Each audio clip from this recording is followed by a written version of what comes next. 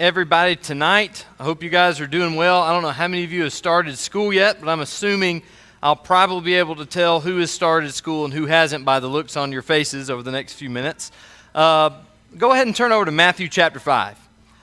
Matthew chapter 5, we're going to start in verse 13 here in just a minute. If you started back to school, now is the time of year when you're thinking about a lot of different things. A lot of different things are going on. Maybe sports are kicking back up. If you're involved in football or volleyball, I think right now for most high schools is going on. Maybe you got some kind of fall league baseball. I want you to think tonight about leadership. Now, I don't want a show of hands, but if I were to ask tonight how many of us here consider ourselves to be leaders, I'm going to imagine most of us would do this. Well, I'm not sure if I'm a leader or not. Maybe, that one time I've done lads to leaders. Does that count? Maybe. And then by the time the moment had passed, you wouldn't have raised your hand because you wouldn't have been able to make a decision between the time we said, hey, raise your hand, and the time that we had to move on because there were crickets chirping. I think that comes from, now maybe there's somebody here tonight that's just brimming with confidence, and when we say, do you think you're a leader, you're going to raise both hands and say, yeah, that's me, that's definitely me, I'm a leader. But I think most of us maybe are a little more shy, a little more hesitant to say, yeah, I'm a leader. Why? Have you ever wondered why is that? And I think it's because of what we attach to this term leader. I mean, just think of maybe the top 3 leaders that you can think of here tonight.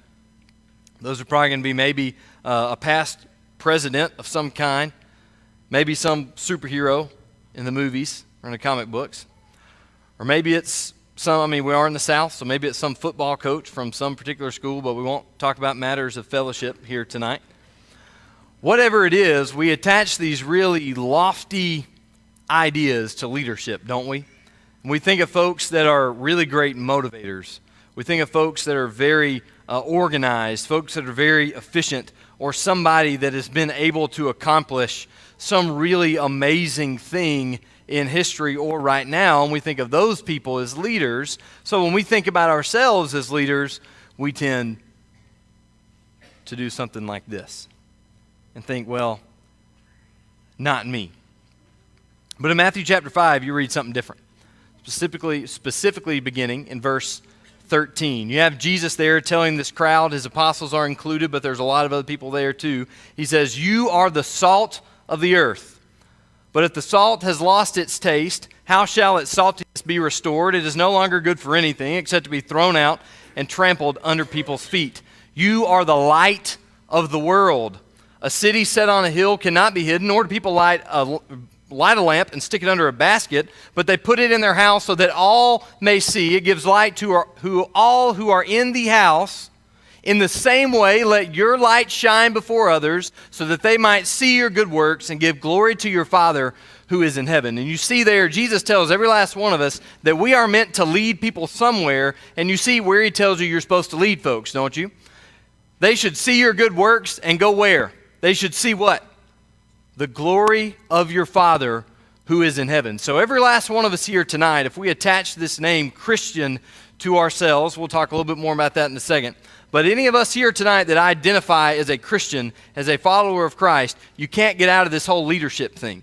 You see, leadership is not about position. It's not about rank. It's not about any sort of accomplishment that you're able to do. It's not about how organized you are. It's not about what time you wake up in the morning, what you do after you wake up, what time you go to bed, what things you're working on while you're asleep. None of that stuff really matters as far as this kind of leadership is concerned. You see, real leadership is about one thing and one thing only, and that is influence. Leadership is all about influence, and not a single one of us here tonight can escape influencing somebody. All of us have what is called a sphere of influence. And maybe you're here tonight and you got no clue that you have one of those. Maybe you don't even know what that means. I know I don't. I just read it in the book, and I figured if I said it out loud, somebody would get it. We all have this sphere of influence. People around us, especially you guys that are in school every day, all day, whether you're involved in some kind of sport, or whether you're in the band, or whether you're in this, that, or the other, or if you're involved, if you have a family at home, if you have a place to go home at night, if you show up and you're around people at any point during the day, you have a circle of influence. There are people affected by you. Tonight, your presence here, just being here, has already affected everyone else. You've encouraged everyone else just by showing up and being here. Regardless of what you say, regardless of what you do here tonight, your presence has already influenced the rest of us here that might not even get a chance to talk to you. And maybe you're thinking, well, you know what I could do? I could just stay home. I'll just stay home, and then I won't have to worry about influencing. I won't have to worry about leading. I'll just stay away from everything, and then I won't have this responsibility on my shoulders to be a light, to be something that's supposed to lead people closer to God. Well, if you stay at home, guess what's going to happen here? If you've got buddies in your youth group that aren't here tonight, what did everybody say on the bus on the way here? Well, I wonder where old so-and-so's at. Why aren't they here tonight? And if enough of us stay home, we're saying, well, I wonder where everybody's at. You know, they didn't think it was important to be here. Wasn't a big deal to them. Maybe it's really not that big a deal. Maybe I don't need to be there.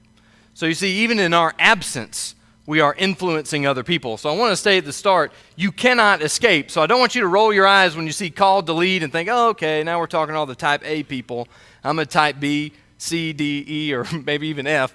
This is definitely not for me. This is for those folks. No, it's for everybody, because we are all called to lead with whatever influence we have. Now, we might not all have the same circle of influence. Some of us might be given gifts and abilities where we can affect different circles of influence. Some of us maybe not, maybe other circles, maybe other spheres of influence. But just as Jesus says in the parable of the sower, we are to produce some kind of fruit. Some 30-fold, some 60-fold, some maybe 100-fold. So in the first place, you need to know that you are associated with leadership as long as you are associated with the name of Christ. Let's go to Exodus 3 really quick.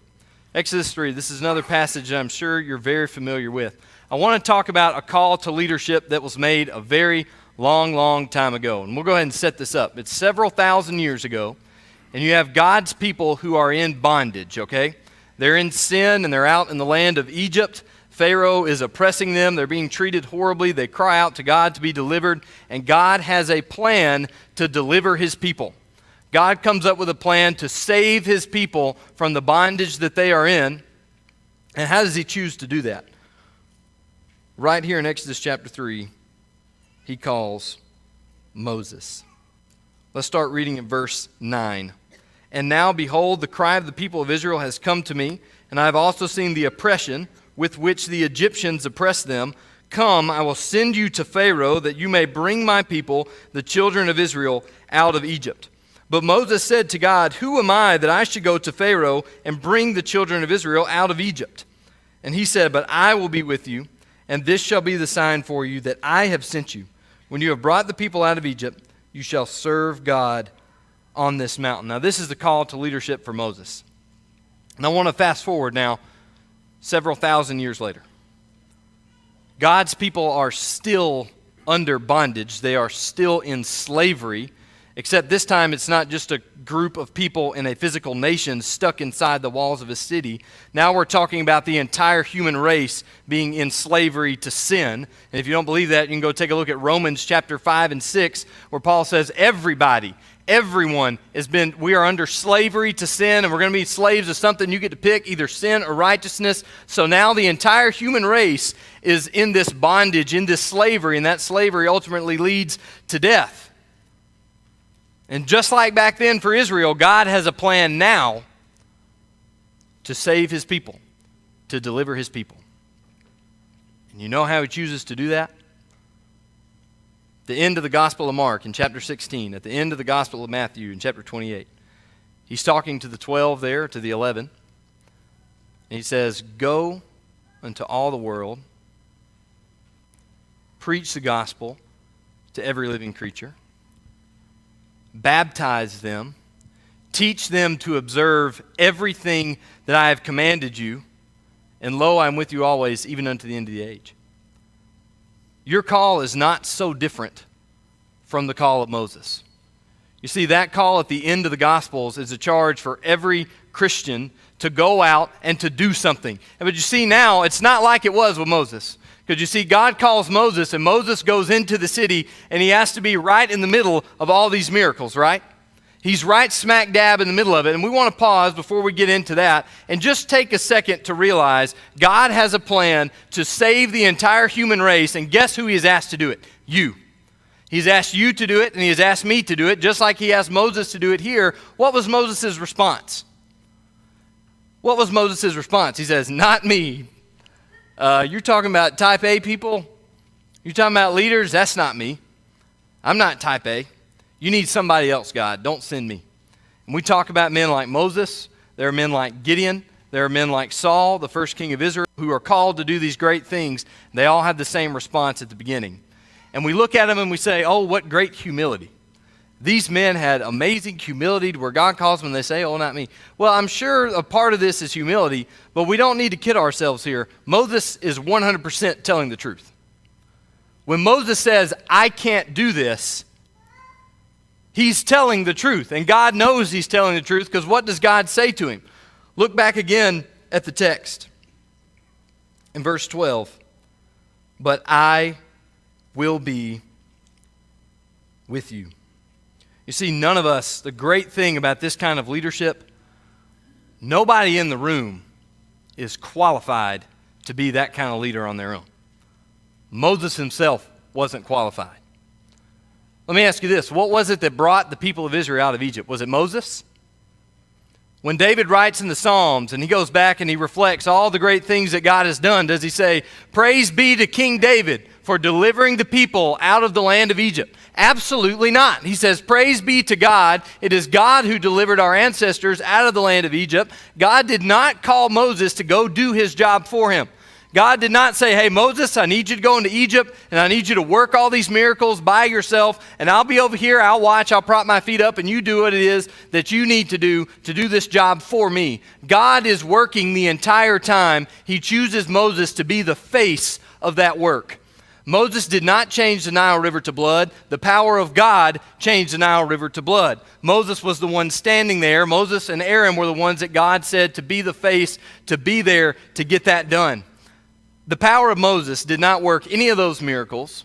It was the power of God. And so you see now when we have our call, and yes, this is a huge responsibility to go into the world, to go to our schools, to go to our jobs, to go to our families, and to be this kind of leader, to influence those around us, to bring them closer to Christ, whether that means bringing them to Christ in the first place or helping them to grow once they've come in Christ. You see, it's a little bit different than what Moses did. Because Moses goes into a city, and the first time he talks to them, he has to say, hey, I've been sent by God. We're going to open the gates to the city, and we're going to leave. Folks, God has already opened the gates to the city right now. And what he needs folks who are willing, whether they're teenagers here for an area wide, or whether they're adults that are here all the time, or the adults that got stuck having to bring the teenagers here. Whoever you are, God is calling you now not to die for the sins of the human race, because Christ has already done that. He has already done that redemptive work on the cross, and the door now is standing wide open. So you have all these people under bondage and slavery to sin. They're stuck in this city, and now what he needs is people to go in the city and say, hey guys, the door is wide open. Let me show you how to get out. Let me show you the way to get out.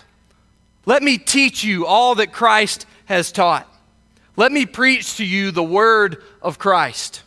Let me show you the things that he has done. Let me be this light to guide you from where you're stuck in this city of sin out the door to freedom through the way, the truth, and the life through Jesus Christ. That's what he needs. And you stand here and you say, well, I can't do that. And that sounds good. That can get us all pumped up or whatever to go back to school. But I tangibly cannot do that. As much as I would like to relate to that mindset, I think we all know deep down that that is 100% a lie. It is a complete and total lie to tell ourselves that I am not able to lead anybody out. It's like we said, Moses himself wasn't the guy that leads people out. He does it by the power of God. What qualifies you to be a leader is not your own leadership ability. Okay? You don't have to be the popular kid. You don't have to be the fun kid. You don't have to be the best looking kid. It doesn't matter, and this goes for everybody. It doesn't matter. What matters is who you follow. What qualifies you to lead is not yourself or your own leadership ability. What qualifies you to lead is who you follow. Go take a look at 1 Corinthians chapter 11. You can read in verse 1 what the Apostle Paul has to say there. And before we read this, let's think for a second about who Paul is. Paul, outside of Jesus himself, has perhaps led more of the world to Christ than anybody else that's ever lived. Paul goes around to the inhabited world at the time, all these areas. You got those maps in the back of your Bible you can go look at, and you can see everywhere Paul went, leading all these people, planting these congregations, leading all these people to Christ. What an incredible leader. What an incredible leader Paul was. But do you know where his qualification for leadership comes from? 1 Corinthians 11:1, he says, "Be imitators of me." And what's interesting is there's not a period after that. He doesn't say, imitate me. Just be like Paul. Do what Paul does. He says, be imitators of me as I am of Christ. Be imitators of me as I am of Christ. What qualifies you to lead is 100% who you follow. Now, who do you follow? Who do you follow? You say, well, I'm not a leader. Now, I'm a Christian. Now, I want to be a Christian. I want to be a follower of Christ. But I don't want to be a leader. Now think about this for a second. There are people probably about 2 hours away from here, maybe in Atlanta. There are folks in Los Angeles. There are folks in New York. There are folks all across the United States who are actively, at this moment, trying to be some great leader of mankind and do incredible things. They have a ton of money. They got millions of followers on Twitter and Instagram. They've got all this privilege and all these abilities. They have a lot of resources to do a lot of great things. And you have never heard of them. You don't know their name. But there was one man halfway across the planet 2,000 years ago. He's a poor man from a no-name town. He lives until he's about 33 years old, and then he is publicly humiliated and executed. And now, how many billions of people from 2,000 years ago to now have woken up every single morning and said, I'm going to live my life to be like that one man? You cannot be a Christian and choose to cop out of being a leader. You cannot say, I'm going to be a Christian but not a leader, because no human being that has walked the face of the planet has influenced the culture of the world quite like Jesus of Nazareth. I don't know if any of you guys are familiar with Forbes. It's a magazine. They got a website. It's a lot of business stuff. I don't understand most of the things that are on it, but I did understand this one article that was shared with me. It's entitled, Jesus, the Greatest Leader of All Time. Now, the man who wrote this article is far from religious, doesn't have any sort of religious beliefs. He's writing this from the perspective of a historian now, not a religious person, a historian. And he's writing about the life of Jesus, and he says the amount of influence that Jesus of Nazareth had on the planet is absolutely unprecedented. Here is one man 2,000 years ago who literally changed the face of human culture up to now and for the foreseeable future of the human race.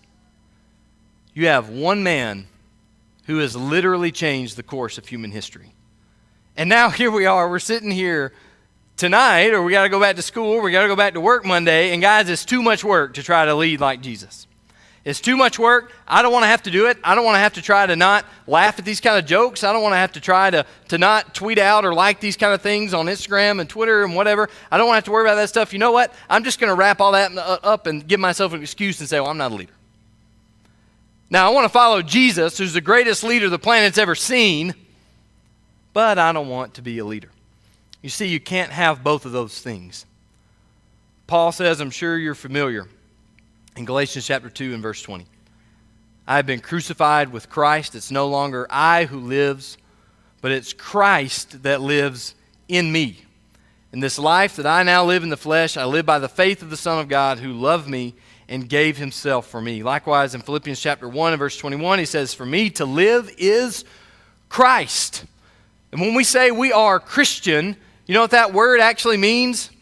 That word means of Christ. We say, I am a follower, I am a person who wakes up every day and tries to follow this example of Christ. Well, guess what? If you're doing that, you have no choice. You have absolutely no say-so in the matter. You are going to be leading people to the glory of the Father. And if you are fulfilling that kind of mission and that kind of role, are you going to be perfect? Absolutely not. But what you are going to be is the salt of the earth. You are going to be the light of the world. You are going to be leading people through your actions and through your words closer to the glory of the Father. But it all depends on who you follow. But maybe you're saying, yeah, I'm on board with that. Like, I know I should. I just don't know how. I don't know how to influence people. I don't know how to reach people. What do you want me to do when I walk in my hallways on Monday? Like, what do I do? What do you want me to do when I get to work on Monday? What do you want me to do when I get home to my family? How do I actually influence people? And we could talk for hours and hours and hours. And even though Jeremy told me I could, we won't do that tonight. But we could go through all these things about, here's habits to build. And here are things to do. And here's a list, a checklist of things that you need to build into your life so you can be a better leader. Now, we could do that. But I think we need to zoom out and look at the big picture here.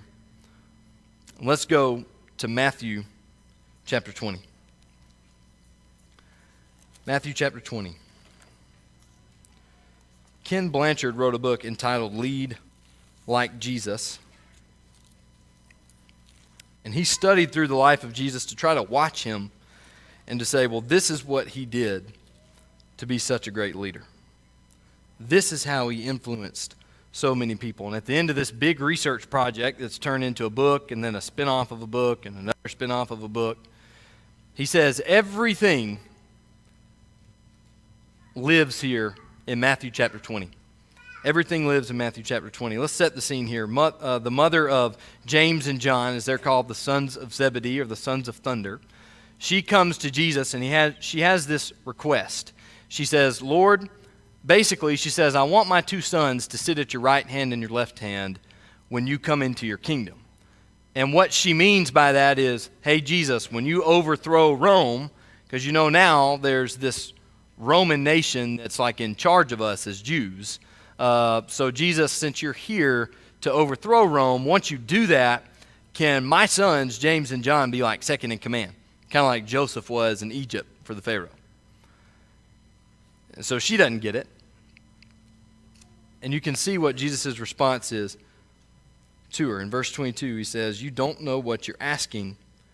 Are you able to drink the cup that I am to drink? They say to him, we are able. He says to him, you will drink my cup. But to sit at my right hand and my left is not mine to grant, but it is for those for whom it has been prepared by the Father. So the other 10 apostles are standing around listening to this. The other 10 apostles, these guys who have been walking with Jesus, living with Jesus, sleeping out in the wilderness with Jesus, along with James and John, they hear all this going on and they get mad. They get jealous. They get... Why is it now that they're going to get to be the second in command and I'm not? And they get all disgruntled and they get all mad and they're thinking about who's going to be like the prince in the kingdom.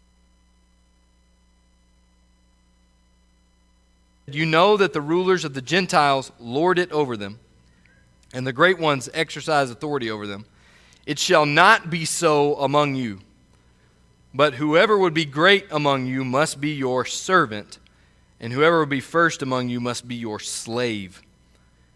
Even as the Son of Man came not to be served, but to serve, and to give his life as a ransom for many. Now, folks, if you want to be a better influence on the world around you, I think everybody here tonight could probably agree in saying just the U.S., much less the entire planet, probably just the state of Georgia is not the way you want it to be.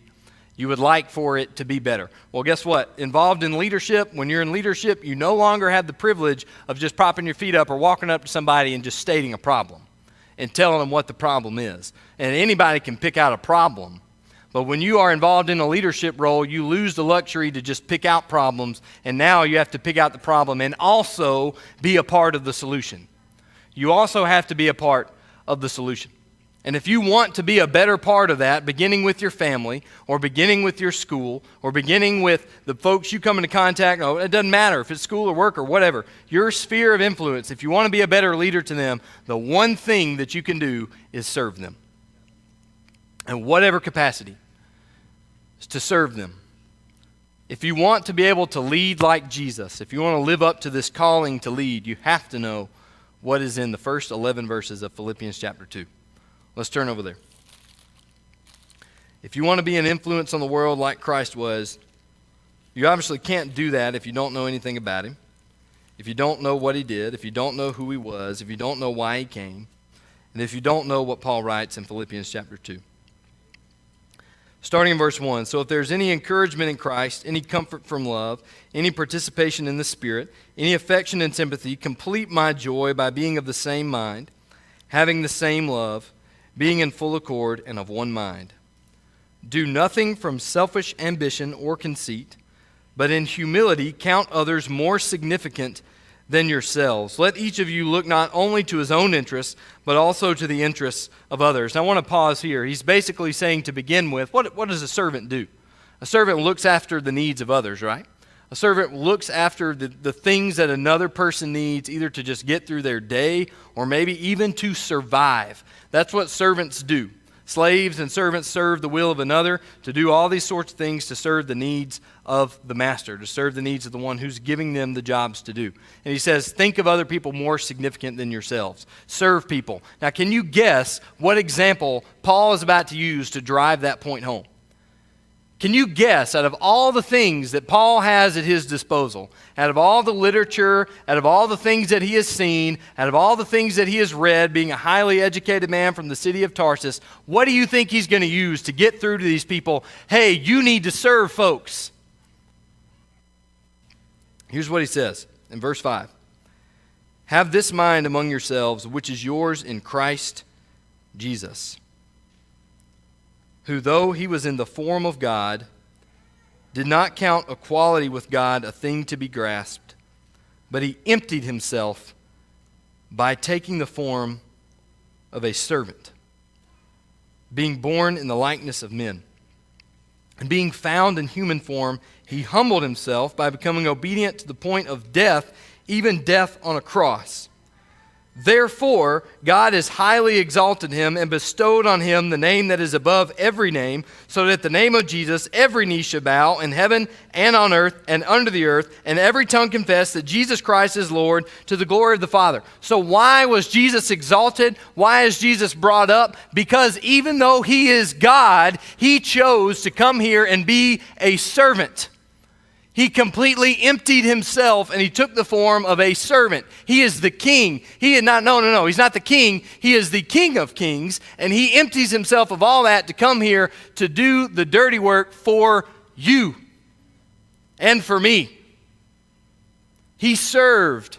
And he didn't just serve by holding the door open for folks and smiling at them and just being a positive influence on the world around him. Now, certainly, I'm sure he was friendly and had a nice demeanor. I'm not telling you don't go out of here and be friendly, but it's a whole lot more than that.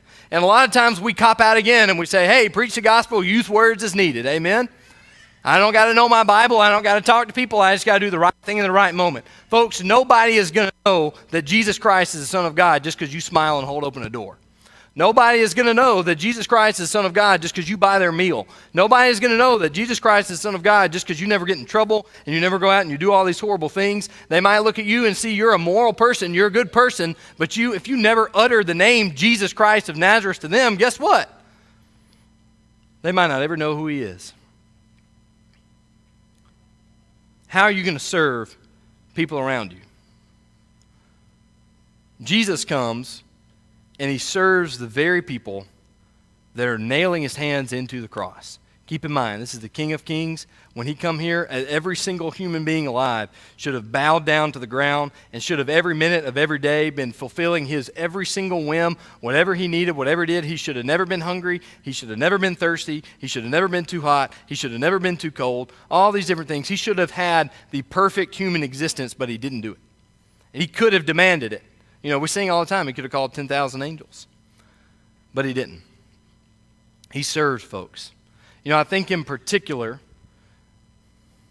of this woman who is brought to Jesus. And she's been caught in the act of adultery. You guys know this story? They bring this woman to Jesus. And the Pharisees are all mad and angry and they don't like Jesus. And they're trying to catch him in something wrong so they can say, aha, see, he's not really from God. And they bring this woman to him and they say, okay, Jesus, Now, under the law, which you are saying you're not going to abolish, you're going to fulfill, under the law it says she has to die. So what are you going to do? Now, let's think for a minute.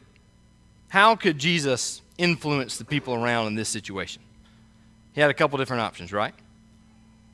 The easiest option certainly would have been to pick up a stone and to begin throwing and influence these people through fear. But what's he do? He bends down and he writes something in the sand and the dirt. We have no idea what he wrote. And he stands back up and he says, "Let he who is among you without sin cast the first stone." And we tell that story all the time. We talk about, hey, look out for the log in your own eye before you look at the speck in your brother's eye. But we miss this huge point that there was one person standing there who was without sin. There was one person standing there who, sure enough, could have thrown as many stones as he wanted, but you know what? He didn't. He could have influenced through fear. He could have influenced through pain. He could have influenced by literally hitting over the head, but you know what he did? He offered her forgiveness, and he sent her on her way. And then we read later in 1 John chapter 4 that perfect love, the kind of love that we need to have to follow Christ, it casts out all, guess what? Fear. Casts out all fear.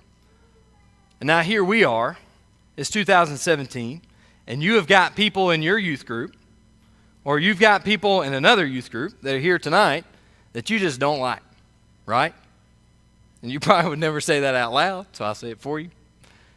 You got folks that you just flat out don't like for whatever reason. Maybe you just don't like the way they look. They can't do anything about it, just something about their hair or the way their eyebrows aren't symmetrical or something. You just don't like them. Or maybe they've done something to make you mad. Like maybe you have a legitimate reason to not like them. And so you're thinking, okay, now I'll be a leader and I'll serve. Just don't ask me. I'm not going to serve these people. And we have these people in mind to where you've got some folks when they're sick or when they got family members who are going through horrible things, you'll reach out to them, you'll talk to them. But you got these other folks you don't really like, and when things go wrong, you think, oh man, I need to go there and say something, but you never do. You never do anything for them because you don't like them. And you can't serve them. And here we are crossing our arms, sitting here and saying, well, I can't serve all so-and-so. You don't know what they've done. You don't know what they said. You don't know they're dating the person that I liked. You don't know blah, blah, blah, blah, blah. You don't know what's going on. Meanwhile, 2,000 years ago, the man that we're modeling our life after is having his hands nailed into the cross by certain men. And you know what he has to say? He doesn't say, Father, not them. Not them. Do you know what they're doing to me? Do you see what they're doing to me? I don't like them. Not them. He says, Father, forgive them, for they know not what they do. You have a woman who's caught in sin. Instead of killing her, Jesus offers her forgiveness. You have Jesus having his hands nailed into the cross. And instead of having 10,000 angels come down and wipe them out for what has probably got to be the ultimate blasphemy, right? Of literally killing the physical manifestation of God. Certainly he had every right. He gave it up to serve. And folks, that is why 2,000 years later, you're sitting here tonight. That's why. So don't tell me you're a Christian, but you're not called to lead, or that you're not supposed to be a leader. Because you and I both know that is nothing but a lie.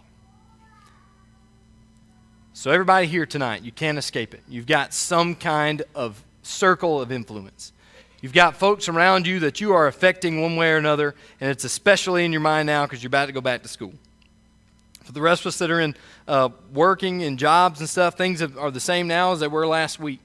But that doesn't mean that your influence in your workplace has to be the same as it was last week. You can start afresh along with all these teenagers here tonight. You can take that circle of leadership that you have and you can actually do something with it. Instead of just kind of just sitting in the back seat and saying, I don't want to be the leader here. I don't want to be the one that's behind the steering wheel. You got a chance to do something. You got a chance to be a light to the world and to lead people closer to the Father. So as we close tonight, I want to ask you, how are your leadership skills? And I don't mean how organized are you. I don't mean what time do you wake up in the morning. I don't mean how many miles do you run in the morning before you go to school or before you go to work or blah, blah, blah, blah, blah, blah, blah, blah, blah. What I mean is, how closely are you following Christ? How hard are you trying to follow Christ? Because if you're trying as hard as you can, if you are trying as hard as you can, you will lead the people around you closer to the glory of the Father. Now, you might be here tonight and you hear all this talk about committing your life to Christ and being a leader. Maybe you haven't done that. Maybe you haven't given your life over to Christ yet. Maybe you've been thinking about it. Maybe you got all these reasons that maybe I should, maybe I shouldn't. Maybe you know that Jesus is the Son of God. And folks, if you're here tonight, no matter what age you are, if you know that Jesus is the Son of God and you know that you're stuck in that city of sin and the only way you can get out is through that open door, well, the way you come into contact with that healing power of Christ, faith, confession, repentance, and the waters of baptism. And folks, there's water here tonight. What on earth could keep you from being baptized? Why would you wait? Or if you're here tonight and you need help, you need some support, it is hard to do this. It's really easy to get up here and to put on a nice shirt and talk about this stuff, but it's a lot harder to go to school on Monday. It's a lot harder to go to work on Monday and do that. And if you need support, if you need help, that's part of why the church is here. We're here to bear one another's burdens and so fulfill the law of Christ. If there's anything that you need tonight, please don't wait. Come now as we sing together.